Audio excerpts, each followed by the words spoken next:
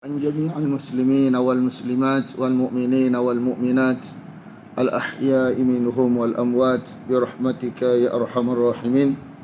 صلى الله على محمد وعلى آله وصحبه وسلم والحمد لله رب العالمين.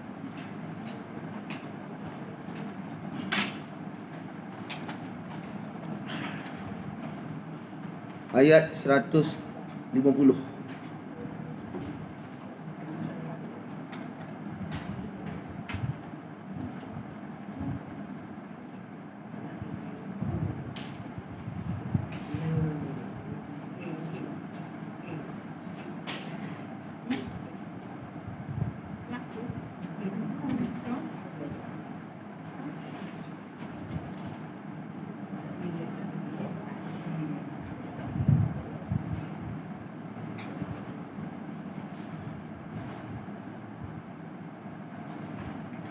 Walamma dan tak kala, walamma dan tak kala, raja'a telah kembali, telah kembali. Siapa yang telah kembali? Musa.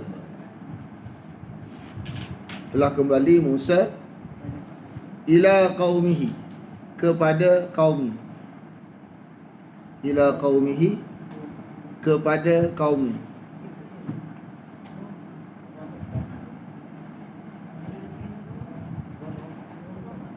Mana waktu pulang tu keadaan dia marah, waktu dengan marah kan? Pulang dengan marah atau berkeadaan marah atau sambil marah. Bila selit kalimah dengan, sambil atau berkeadaan, itu adalah hal.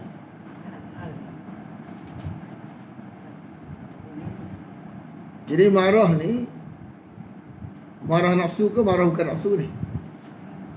Bukan nafsu. Mana kita mengaji dah, mana tak marah langsung tak boleh juga, kedai kan? Marah lampau tak boleh juga. Jadi tak comel dia ialah marah bersebab kan? Marah atas suatu sebab agama.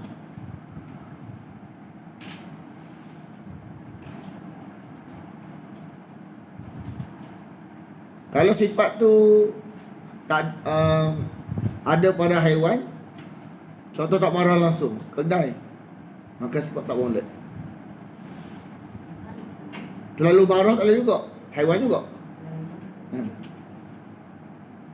Tengok malaikat kan? Malaikat pun ada kemarahan juga kan? Ada kemarahan. Apa tu, berkeadaan marah dan sedih. Marah, sedih. Asifan, sedih.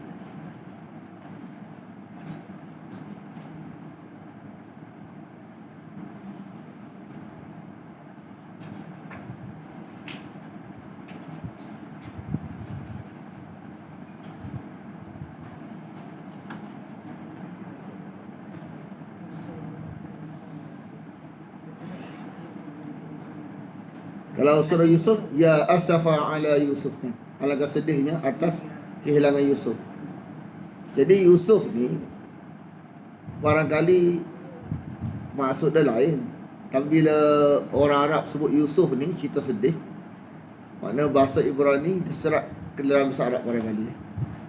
Takkan waktu Yakub nak buat makna anak nama sedih tak? Tapi barangkali asal bahasa Ibrani diserap ke dalam bahasa Arab. Sebab kalau cerita Yusuf ni sedih, asafa Yusuf, sedih. Qala, dia berkata,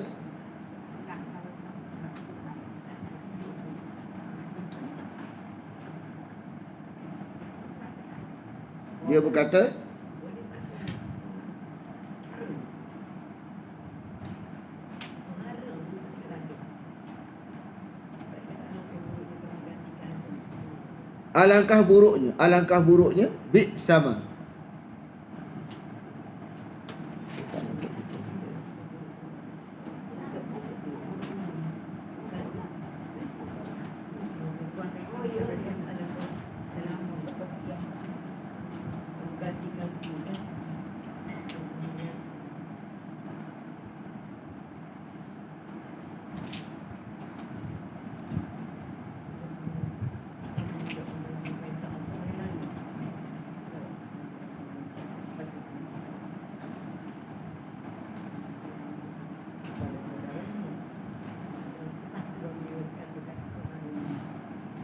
Jadi alangkah buruknya khalaftumuni, kamu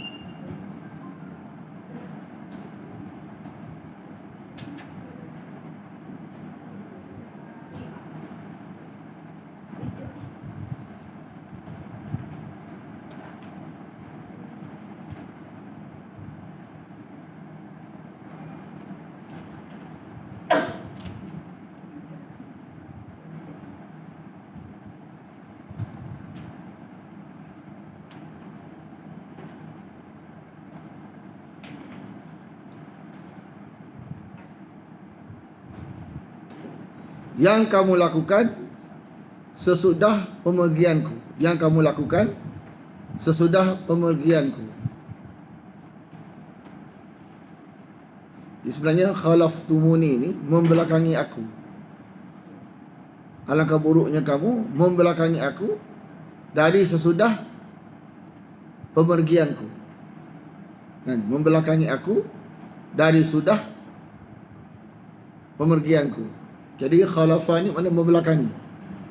Kamu membelakangiku. Lain yang aku perintah, lain yang kau buat.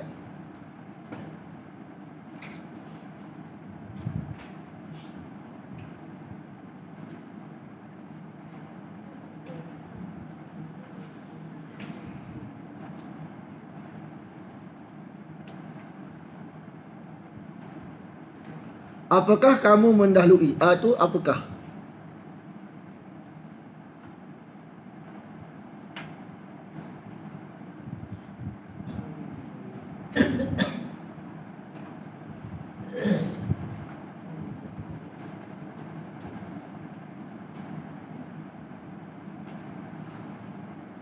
Apakah kamu mendahului? Apakah kamu mendahului janji itu? Amra ni bukan perintah, janji. Janji Tuhan kamu. Apakah kamu mendahului janji Tuhan kamu? Maksud dia, amra ni perintah, tapi dia masukkan janji. Apakah kamu tidak sabar menanti kedatanganku kembali setelah bermunajat dengan Allah? Kamu membuat patung untuk disembah sebagaimana menyembah Allah.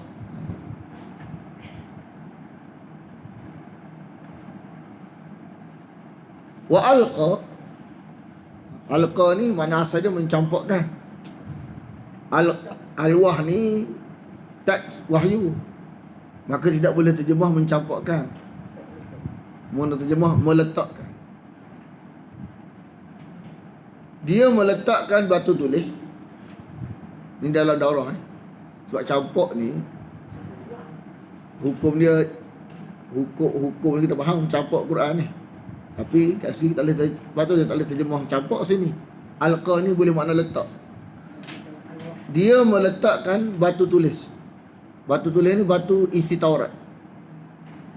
Lalu memegang, wa akhadha, memegang bi ra'si, kepala. Lalu dia memegang kepala saudaranya. Bi ra'si akhihi. Lalu dia memegang kepala saudaranya. Yajurruhu ilaihi. Dia menarik Harun tu kepadanya. Jadi jar ni mana tarik? Jarra yajurru ni mana tarik? Yajurruhu ilaihi. Dia menarik kepadanya.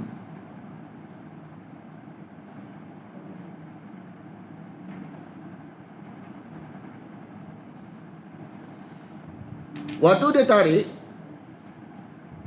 kepala saudara dia kepada dia ni, keadaan tu Harun nampak dah, Musa dekat dah marah.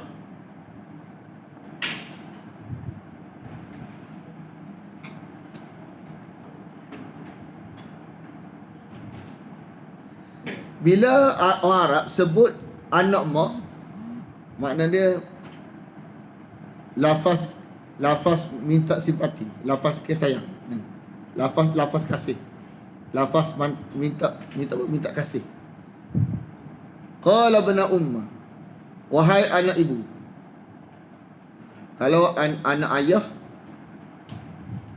lambang keberanian. Kalau ibna kasih sayang. Jadi orang tengah marah, kita sebut lafaz-lafaz yang melembutkan, lafaz-lafaz mujuk hati. Kalau anak ayah ni lafaz tunjuk berani, kan? Kalau lafaz anak mak, lafaz mujuk. Qala, Musa berkata, qala ibna umma, wahai anak ibu. Harun kata ni. Harun nak mujuk Musa ni, kan? Innal qauma, sesungguhnya kaum, iaitu umat, istad'afuni, menganggap aku ni lemah. Mereka menganggap aku lemah. Bila dia anggap lemah, maka dia berani sikit. Tak macam umat Musa, tengok Musa takut sikit. Tengok Harun ni rasa macam berani sikit. Macam kita lah, kadang-kadang mak ayah, suami isteri, anak kadang-kadang dengan ayah tak pakai saman, kan? Kadang-kadang antara dua ni kadang-kadang dia takut. Kadang-kadang takut ke mak, kadang-kadang takut ke ayah. Padahal dua-dua ni adalah orang tua dia, tapi kadang-kadang ada lebih ke mak, kadang-kadang lebih ke ayah. Segi takut tu.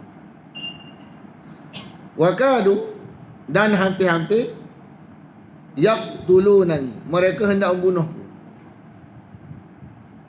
Hampir-hampir mereka hendak membunuhku. Fala tushmit, janganlah menjadikan gembira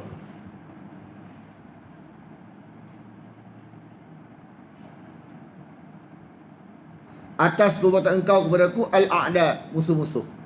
Bil a'da, janganlah perbuatan engkau ini menyebabkan orang-orang yang tak suka kita ni gembira, suka. Wala taj'alni, dan janganlah engkau jadikan aku bersama al-qaumi, kaum az-zalimin, yang zalim.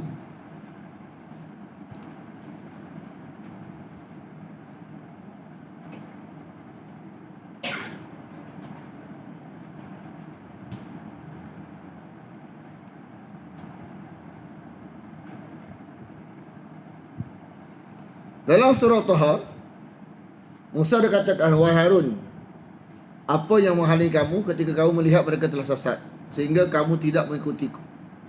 Apakah kamu telah sengaja mendurhakai perintahku? Jadi tidak mengikutiku ni tidak larang mereka. Ketika Harun berkata kepada mereka, wahai kaumku, sungguhnya kamu hanya diberi cobaan dengan anak sapi itu, dan sungguhnya Tuhanmu ialah Tuhan yang Maha Pemurah, maka ikutilah aku dan taatilah perintahku. Maknanya Harun dah cakap sesuatu dah, kan? Tapi kaum dia tak dengar, kan?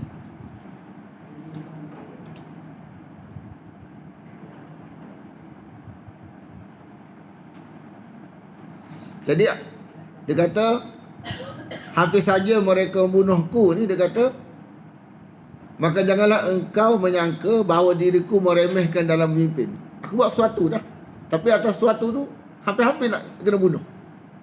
Mana bukan duduk saja, kan?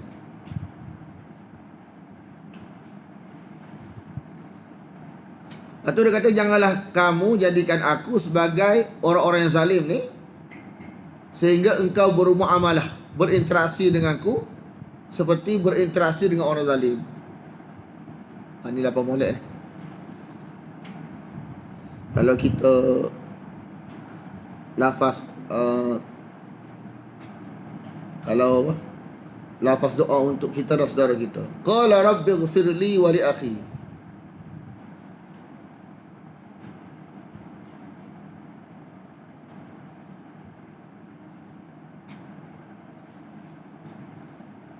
Dan Musa berdoa, wahai Tuhanku, rabbighfirli, ampunilah daku dan saudaraku.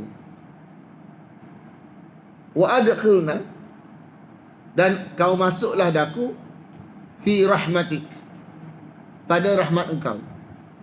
Engkau masuklah daku fi rahmatik, pada rahmat engkau.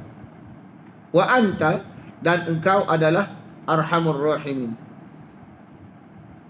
Ingat tak? Apa dia terjemahan dia? Dari segala-galanya. Nama merah. Ingat ya. Dari segala-galanya yang kasih kepada kita. Yang paling kasih Yang paling dari segala yang kasih. Wa anta arhamur rahimin, paling kasih. dan engkau adalah yang paling kasih dari segala yang kasih.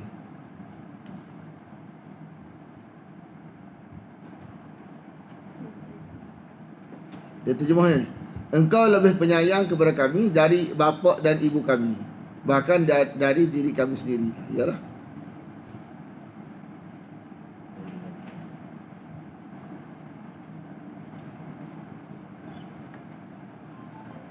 Dia kata, maka Nabi Musa AS merasa menyesal kerana tergesa-gesa menarik kepala saudaranya sebelum mengetahui bahawa Harun tidak salah. Jadi apa dia nak cerita? Kadang-kadang kita tak perasan ni. Dia ada satu akidah kat sini. Tahu tak? Akidah ke apa sini? Tajuk akidah.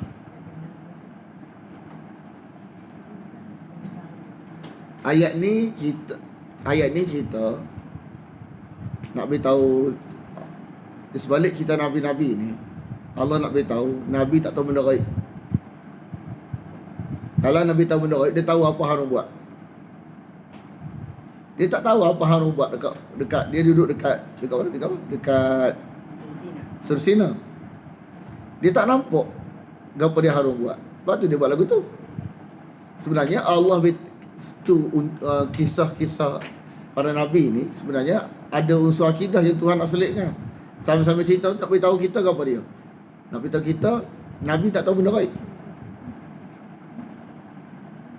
Kita tak tahu sebenarnya. Ada satu kitab. Maulana ceritalah. Anda tak tahu dia cerita tu di mungkin negara mana, Pakistan kali. Mudah-mudahan bukan Malaysia. Dia kata ada orang punah, dia buat kitab. Dalam kitab dia tulis Nabi tahu benda gaib. Dan kitab tu bukan dijual. Dia ngajar di sekolah-sekolah. Oh, jadi kitab teks. Jadi buku teks lah. Buku teks sekolah dia kata. Tapi anak dia tak beritahu buat sekolah mana-mana. Kita harap-harap bukan Malaysia lah. Tapi dia kata dia ajar. Dia sebenarnya lagu ni. Kita kena faham isu. Sebenarnya apabila mereka menyatakan Tok Guru mereka puja tu tahu benda gaib, jadi bila Quran beritahu Nabi tak tahu benda gaib, jadi seolah-olah macam jadi macam-macam tak boleh. Jadi bila dia letak Nabi dulu, lepas tu baru bila letak guru dia, baru orang nampak munasabah. Dia nak puja nak Tok Guru dia tahu benda gaib, Tok Guru dia tahu benda gaib. Tiba-tiba orang mengaji Quran kata Nabi tak tahu benda gaib. Jadi ganggu dia punya jaja tu.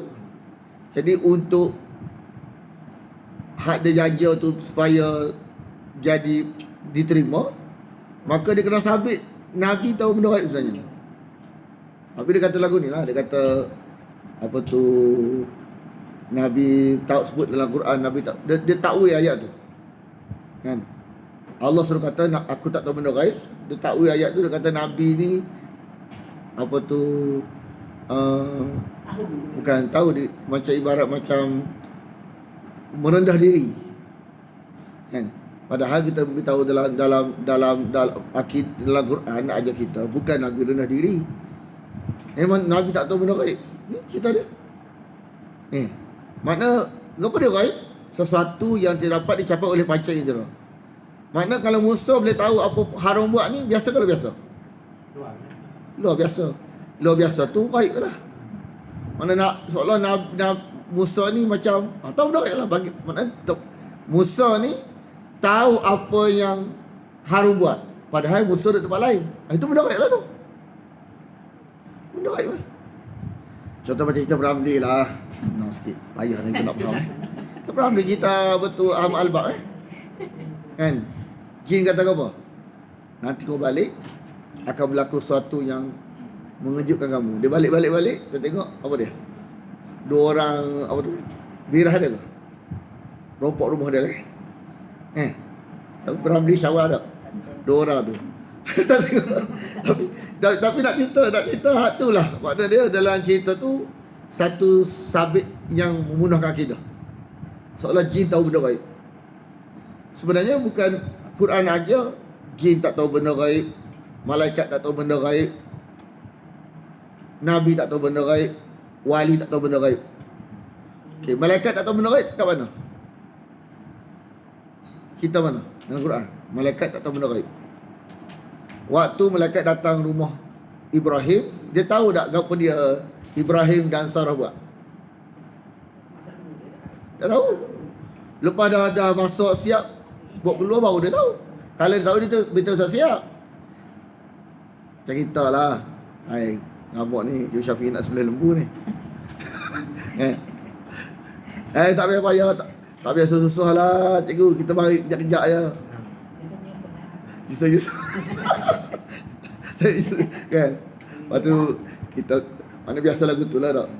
Tak apa. Biasa kalau orang biasa sangat kata apa? Memang tak buat apa pun. Tak ada lagu tu lah, tak gampang gitu. Makna dari sudut cerita je nak beritahu, saja Allah cerita kepada kita. Malaikat tak tahu apa dia Sarah dan Ibrahim buat kat belakang. Jadi malaikat tak tahu benda gaib. Jin tak tahu benda gaib. Dalam konteks apa? Dalam konteks Nabi Sulaiman pegang tongkat, kita tengok kan setahun dah mati. Kalau dah tahu dia mati, dia takkan buat kerja setahun tanpa non stop tu. Setahun. Dia tempoh anak-anak tu. Tempoh anak-anak dia pusing setahun. Tapi mayat tak rebut. Ha? Dia di situ. Ayuh. Mayat malak Nabi dia tak ni, tak makan tanah. Itu. Dia kata. Dia jatuh. Jatuh tu baru tahu. Jatuh tu baru tahu. Makna dia jin tak tahu benda gaib. Nabi tak tahu benda gaib. Jadi cerita ni bukan sekadar cerita ni, nak masuk satu akidah kepada kita. Nabi tak tahu benda gaib.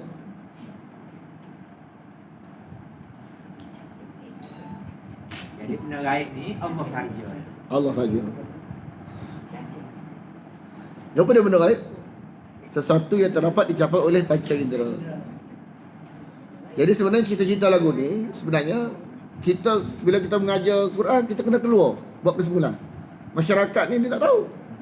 Jadi timur Musa tak tahu. Macam Nabi Sulaiman tak tahu burung huhud di mana. Itu satu kesimpulan tu. Kita cerita-cerita tak boleh keluar, tak boleh kesimpulan. Kesimpulan tu penting, akidah tu penting. Supaya manusia tak terpengaruh dengan dakwaan palsu.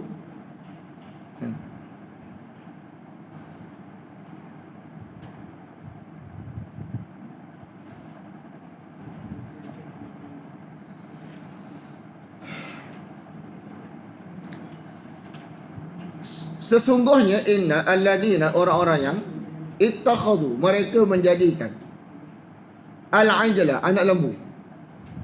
Anak lembu semua ke? Tak. Kan? Dia buat patung, berupa anak lembu. Waktu dia puja. Anak lembu saja ke?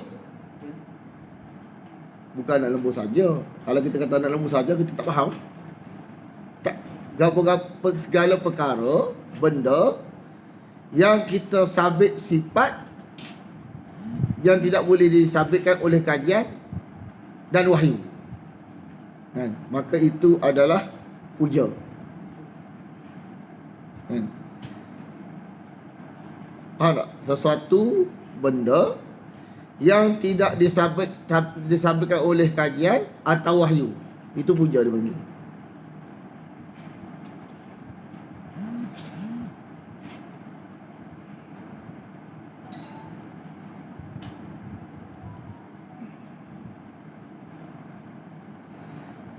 Maka akan menimpa mereka sayana luhum, akan menimpa, asal capai. Maka akan capai atau sampai. Nala ni capai ni sampai. Apa dia? Ghadabun, kemurkaan. Min rabbihim, dari Tuhan mereka. Wadillatun, dan kehinaan fil hayatid dunia, pada kehidupan dunia. Apa dia kehinaan? Syirik ni kebodohan. Kebodohan pada kacamata orang yang mengaji wahyu. Nampak bodoh. Syirik ni nampak kebodohan. Nampak kebodohan pada kacamata orang yang mengaji wahyu.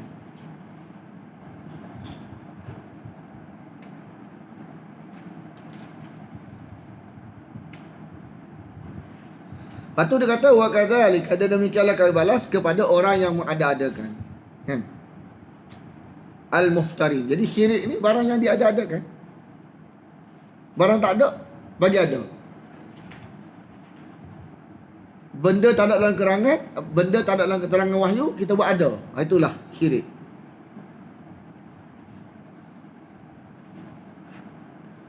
Contoh, mana dakwah wahyu kata Nabi tahu benda gaib? Tak ada. Hak nafi ada lah. Kan? Mana dakwah kata wali tahu benda gaib? Tak ada. Nafi ada. Jin tahu benda gaib? Tak ada. Nafi ada. Malaikat tahu benda gaib? Tak ada. Nafi ada. Maka mu kata ada. Ini mengada-adakan kata. Mensifatkan sesuatu yang tak ada, kita kata ada. Bukan wahyu kata, kita kata. Wahyu tak mensabitkan. Maka ini dipanggil puja.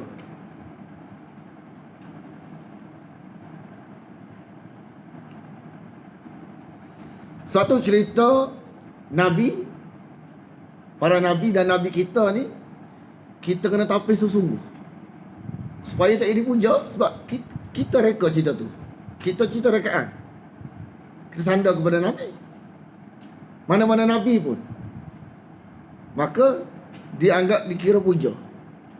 Kita hanya boleh menyandarkan sesuatu yang sabit saja. Sabit saja.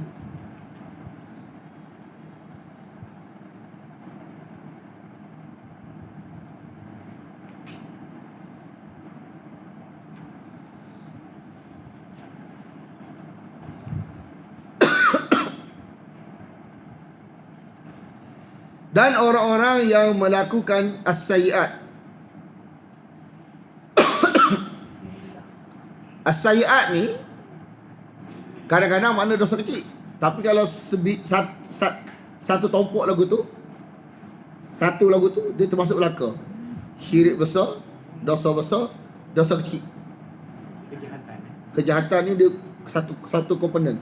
Dosa syirik besar ada situ, dosa besar ada situ, dosa kecil ada situ. Summa tabu, kemudian dia bertaubat dari sesudahnya. Bila? Mengaji. Makna dia, orang yang betul akidah, mengaji wahyu Allah, lalu dengan mengaji wahyu Allah ni, kekal akidah dia dapat betul, jadi kekal betul sampai kembali ke rahmatullah, maka Allah bagi syurga. Dan begitu juga orang yang punah akidah, kesan daripada mengaji wahyu Allah, betul akidah dia, syurga juga. Jadi syurga ni dijanjikan kepada orang yang asal betul akidah dah, lepas tu mengaji wahyu, kekal betul. Ataupun kepada orang yang punah asal, mengaji wahyu jadi betul, syurga juga. Jadi syurga ni dijanjikan kepada orang yang tak pernah punah, kekal tak punah. Orang yang punah asal, lepas tu ubah jadi betul, maka Allah janjikan syurga kepada dia. Yang jadi neraka ni ialah orang yang punah sampai mati tak baiki. Punah sampai mati tak baiki. Sama ada orang Islam ataupun orang yang bukan Islam kan. Jadi cerita ni, kenapa cerita Musa ni cerita kepada orang Islam ni, Bani Israel yang punah akidah? Sebab Mak Musa ni dia adalah cermin kita. Sebab Mak Musa ni meh-meh umat Muhammad. Supaya orang yang mengaji Quran, yang orang Islam yang mengaji Quran ni, jangan rasa kita ni betul dah akidah dah kali, kan? Tengok umat Musa ni walaupun dah dianggap umat ijabah Islam dah, tapi punah akidah juga.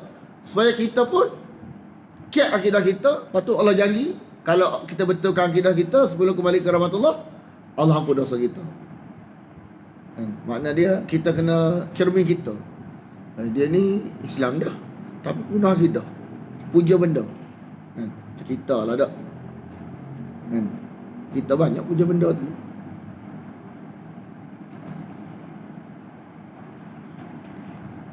Wa amanu, dan beriman. Makna sebelum dia mati, dia ubah fahaman dia. Kesan daripada mengaji wahyu Allah.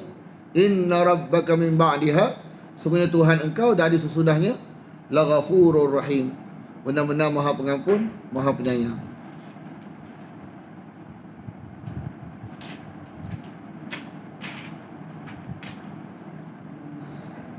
Dia kesan apa tu, orang mengajar ni comel kalau mengaji makna Quran, kalau mengajar ikut lafaz Quran.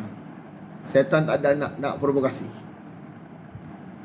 Syaitan ni provokasi buat kamu, supaya orang mengaji ni sensitif tak tempat. Ayat-ayat ni ayat bagi sokongan bagi yang betul akidah, yang masih betul akidah. Sokongan bagi yang punah akidah. Apa dia? Hak sokong orang punah akidah, suruh bagi betul. Sokong orang yang betul, masih betul, kekalkan betul. Sokong. Kan kita beritahu dah, Quran ni anugerah kepada orang yang masih betul akidah, dan anugerah kepada orang punah akidah. Macam mana pula? Macam mana? Anugerah kepada orang punah akidah. Makna kes mengaji wahyu Allah ni jadi betul akidah dia. Tu anugerah. Jangan kalau tak beritahu lagu ni, saya tak visit dulu sudah kita. Tak ada. Kita nak tarik dia, saya tak tarik dulu.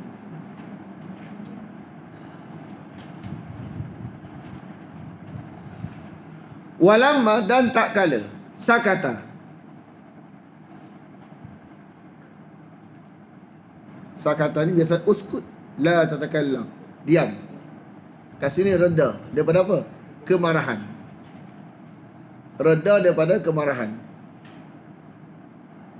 Sakata an Musa al-ghadabu. Musa reda daripada kemarahan.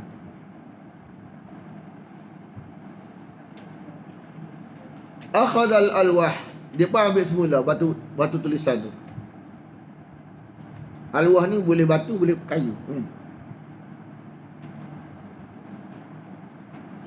Wa fi nuskhatiha, nuskha ni tulisan. Pada tulisan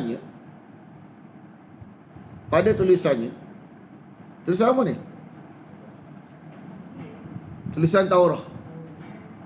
Kita kena faham bukan Taurah saja.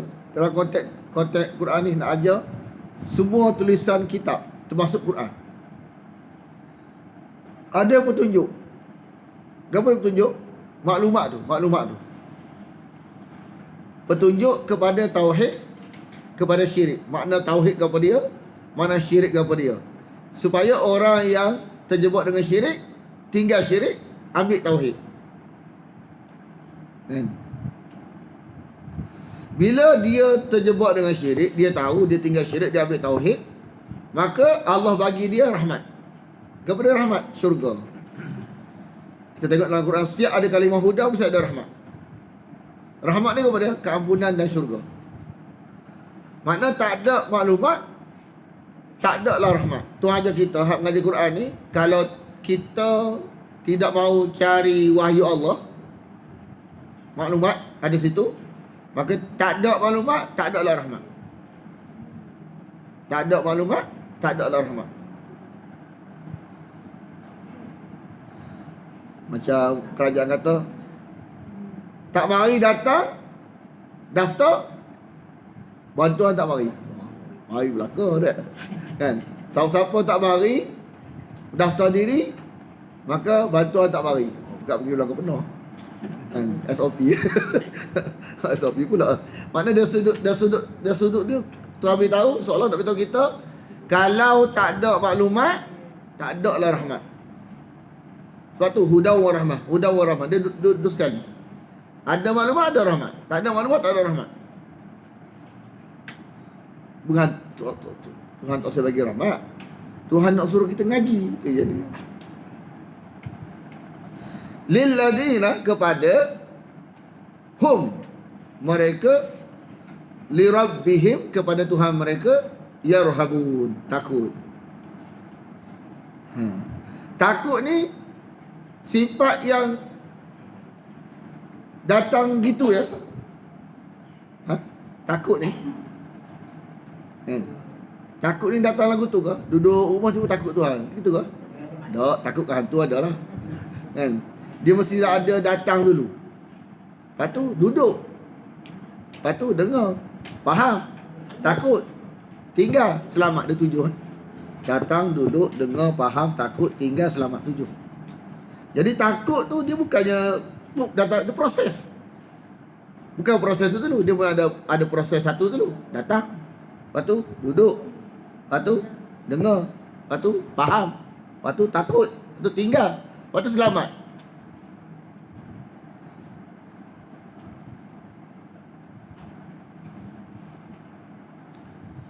Sebab tu dia sebut dalam kitab itu ada tulisan yang membawa kepada maklumat, petunjuk. Apa dia? Maklumat tu membawa kepada petunjuk. Jalan ke syurga, jalan ke neraka. Lepas tu kita nak pergi mana? Jadi petunjuk ni macam signboard tu, macam jalan lebuh raya ada signboard kan. Kita tahu Kuala Lumpur ke apa-apa kan. Lepas tu di sebalik maklumat tu ada rahmat.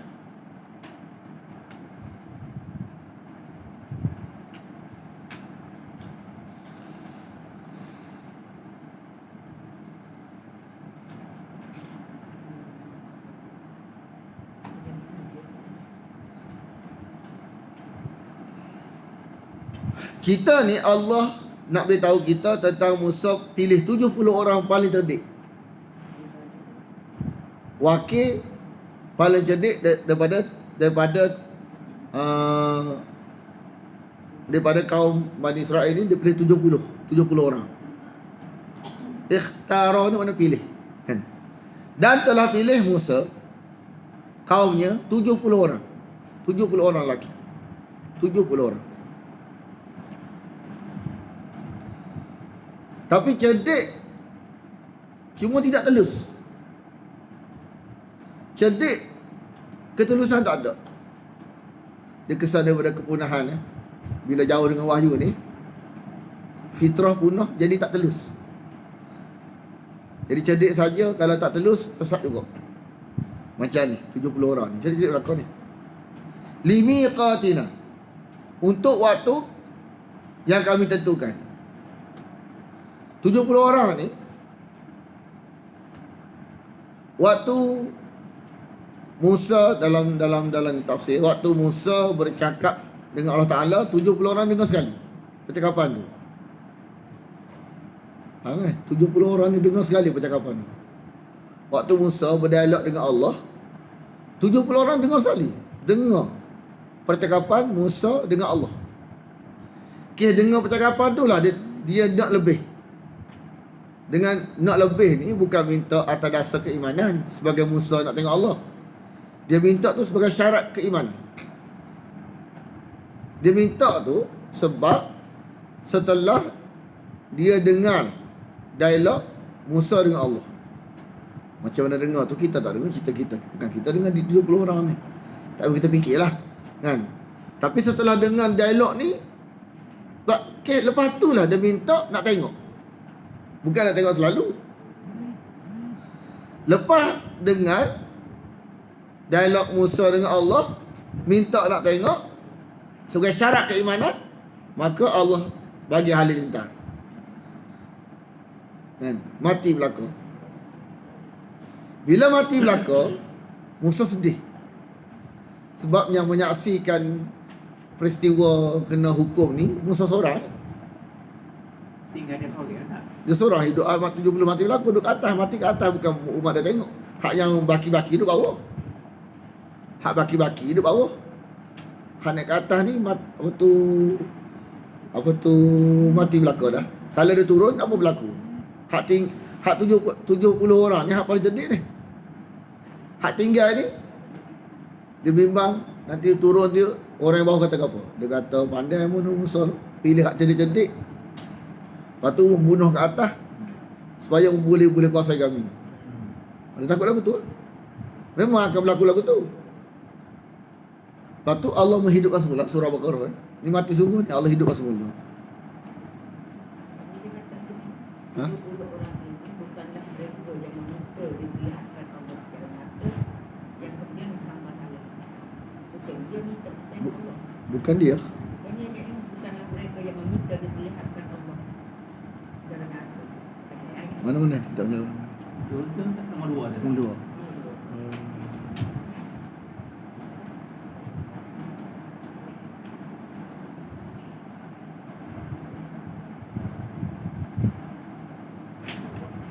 Ni pendapat ni. Ya. Salah satu pendapat. Biarlah pendapat ni biarlah. Kita ambil. Tafsir Jadi bingung ni. Dalam surah Baqarah yang mana minta? Kan? Dalam daurah malam tu minta. Mana itu dia minta tu sampai. Asal putih tu. Logiknya. Ha. Kalau bukan dia, susah jadi payah. Jadi kita ambil ada daurah senang. Jadi dia percaya ni. Dia daurah ni tafsir daurah ni dia ambil sebagai pilihan ni sebab tak jauh dengan makna. Jadi memang dia minta kena peti. Jadi ini ada dah pada ayat Al-Baqarah ni. Lepas tu hidup semula kan. Mim ba'di mautiha kan ayat tu kan. Kan? Hidup semula. Falamma maka tak kala akhadat humur rajfah. Menimpa mereka rajfah ni halilintar kan. Dalam ayat lain dia kata halilintar kan. Qala dia berkata Rabbi wahai Tuhanku lau syi'ta kalau engkau kehendaki ahlaktahum engkau binasakan mereka. Engkau binasakan mereka min qablu sebelum ini wa iyaya dan aku.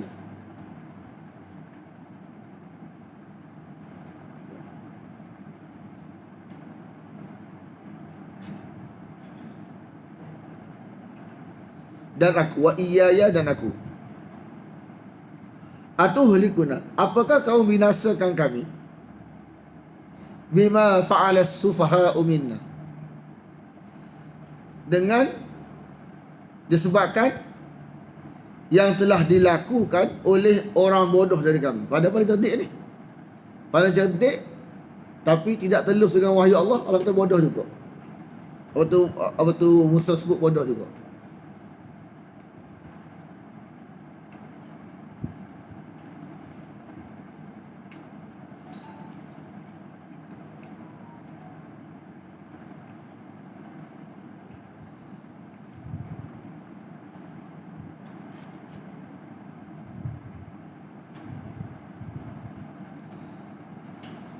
In hiya illa fitnatuk. Tidaklah ia melainkan ujian engkau. In hiya illa fitnatuk. Tidaklah ia melainkan ujian engkau. Tudillu biha man tasya. Engkau menyesatkannya orang yang engkau kehendaki. Engkau menyesatkan dengannya orang yang engkau kehendaki. Wa tahdi dan engkau memberi petunjuk man tasya orang yang dia kehendaki. Orang yang dia kehendaki.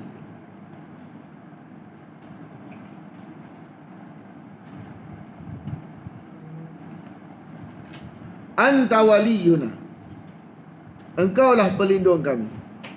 Faghfir lana warhamna, ampunilah dosa kami dan rahmatilah kami. Dan rahmatilah kami.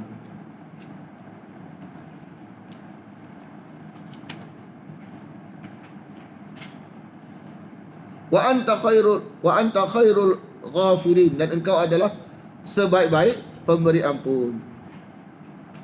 Dan engkau adalah sebaik-baik pemberi ampun.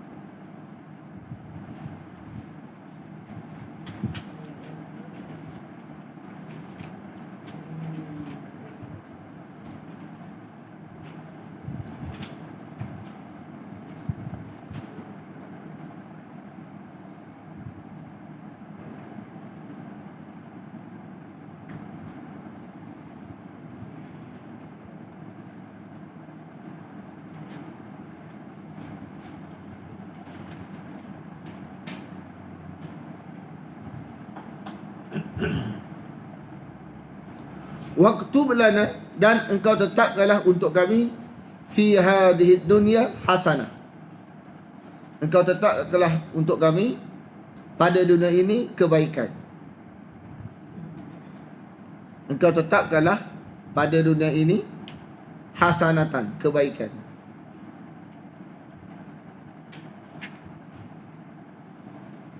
Wa fil akhirah, dan di akhirat sesungguhnya kami hudana ilaika, kami kembali kepada engkau. Inna hudana ilaika, kami kembali kepada engkau.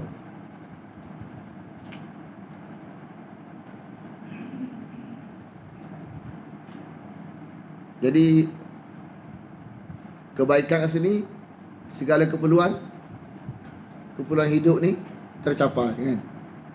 Maksud hidup, dunia keperluan hidup, akhirat maksud hidup, kan? Dunia keperluan hidup, akhirat maksud hidup. Janganlah keperluan hidup kita pulun lebih sehingga terlepas maksud hidup, kan? Janganlah dikarenakan keperluan maksud hidup hilang. Padahal maksud hidup tu penting sekali. Dunia cari tak apa keperluan, kena cari keperluan. Tapi kena faham, dia bukan maksud. Akhirat maksud hidup. Maksud, kan, maksud.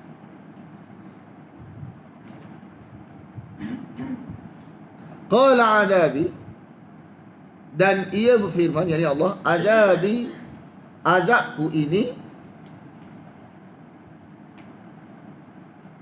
usibu, aku timpakan, bihi, dengannya, man asya, orang yang aku kehendaki. Siapa dia? Allah. Ya Allah kehendaki azab orang yang bertepuk sebelah tangan. Tuhan nak dia tosih. Dia juga faham. Hak tu Allah kehendaki. Yang Allah rahmat ialah Allah nak dia nak Allah.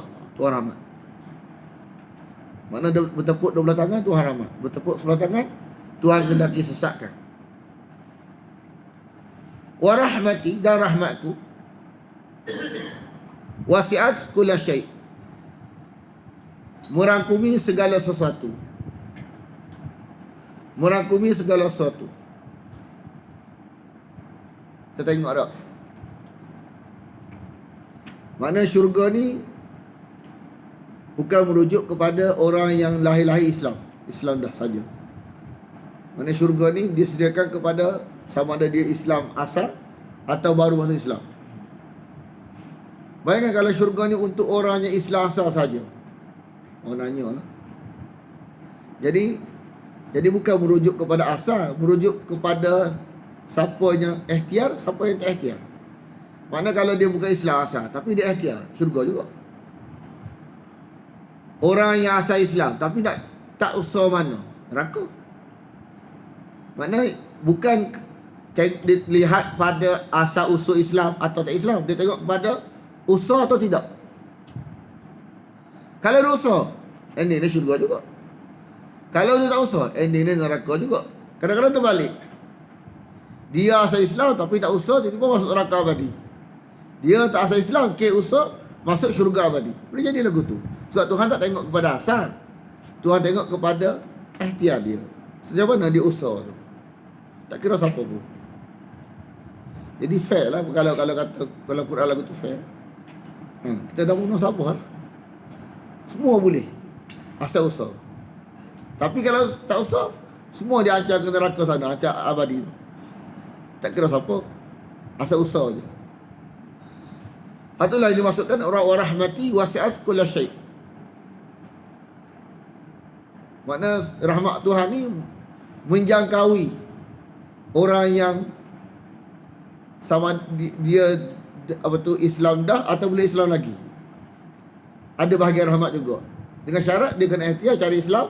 Bila jumpa Islam, maka rahmat dapat ke dia.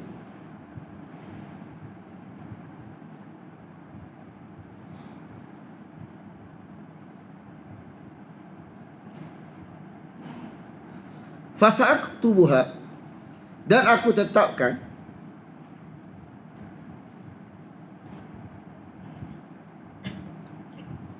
siapa Allah tetapkan rahmatku kepada orang yang takwa. Kepada takwa, takwa mesti ada dua unsur. Kepada takut campur apa?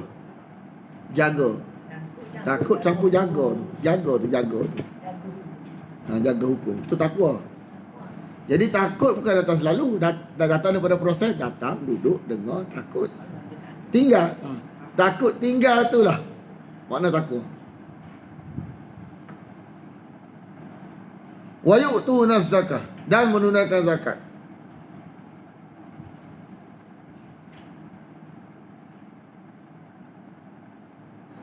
Dan orang-orang yang mereka dengan ayat-ayat kami ni caknong sungguh. Betul beriman ni caknong sungguh. Dan orang-orang yang mereka dengan ayat-ayat kami ni caknong sungguh. Dia sudut lafaz dan maknanya. Kalau tak caknong mana tu memang tak ada lah bagi.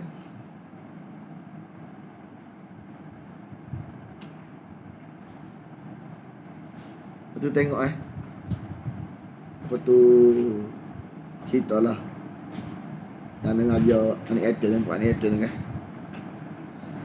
Kalau tanya muda-muda mana ni, anak yatim ni, Allah dia sudut bantuan makanan ni kan, Allah mewah dah. Dia kata asal-asal tak dalam 3 bulan ni bantuan makanan dengan dia budak ni jadi macam jadi malah dia kata nak macam mana dia kata. Sembang kita kan. Tu kita kena pulang sikit lah. Kita buat waktu makna ni kena tekan lebih sikit. Sebab dia bukan masalah apa.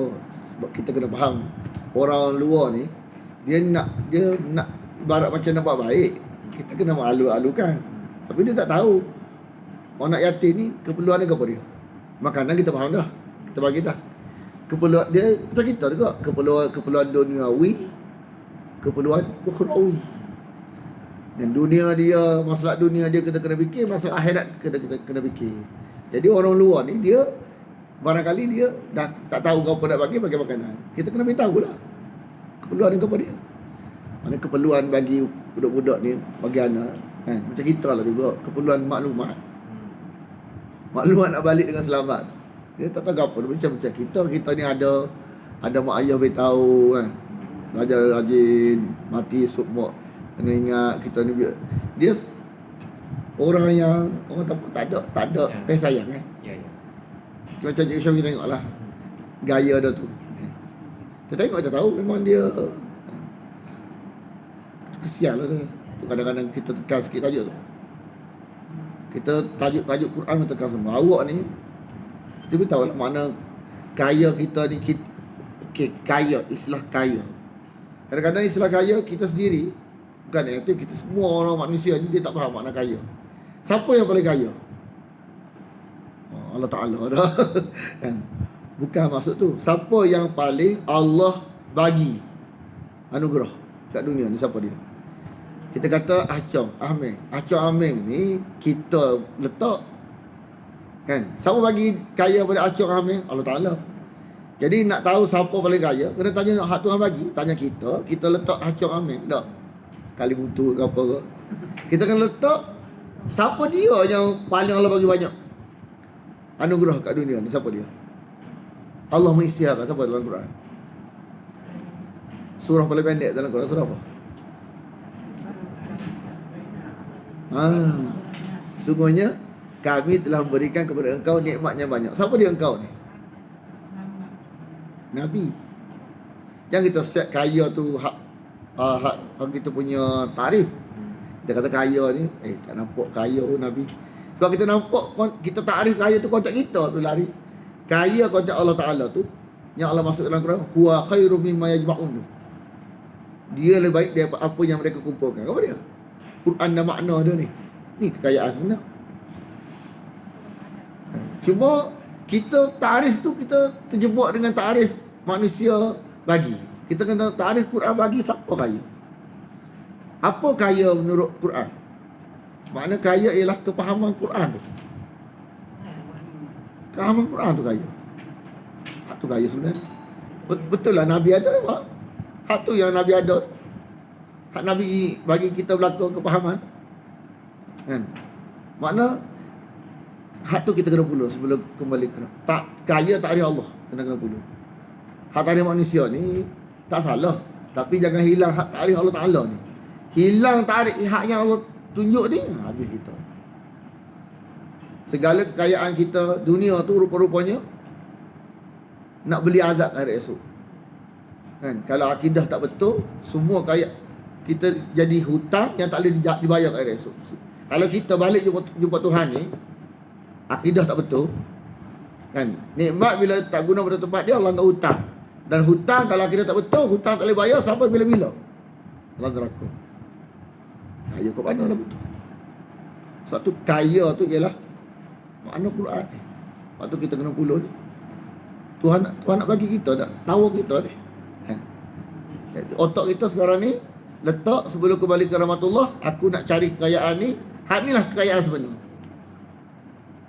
Nak beritahu, kita beritahu kan ayat lagi tu supaya orang faham. Sebab kadang-kadang ada orang ni duduk tengok dia sudut tarikh manusia juga.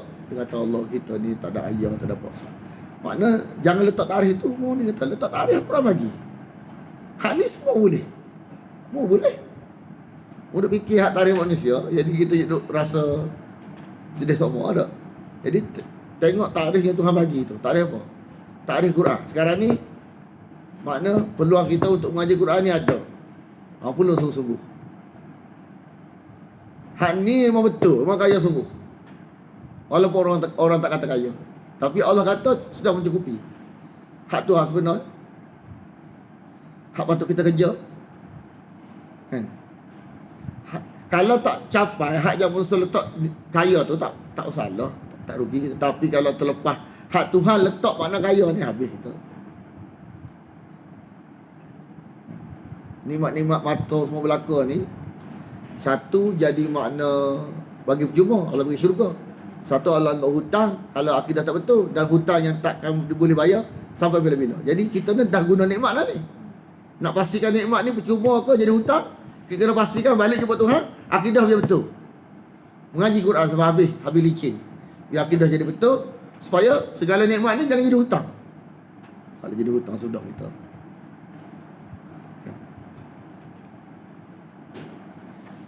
Asal dah? Belum? Kita berhenti awal sikit tak? Tak ada apa? Bismillahirrahmanirrahim. Alhamdulillah alamin, wassalatu wassalamu ala asyrafil anbiya wal mursalin wa ala alihi wa sahbihi ajma'in. Allahumma inna nas'aluka ridhaka wal jannah wa na'udzu bika min sakhatika wan nar. Allahumma innaka 'afuwwun tuhibbul 'afwa fa'fu anna wa an walidina wa an jami'al muslimina wal muslimat wal mu'minina wal mu'minat al-ahya'i minhum wal amwat birahmatika ya arhamar rahimin. Wa sallallahu ala Muhammadin wa ala alihi wa sahbihi wasallam. Walhamdulillahi rabbil alamin. Allahu akbar, Allahu akbar. Allah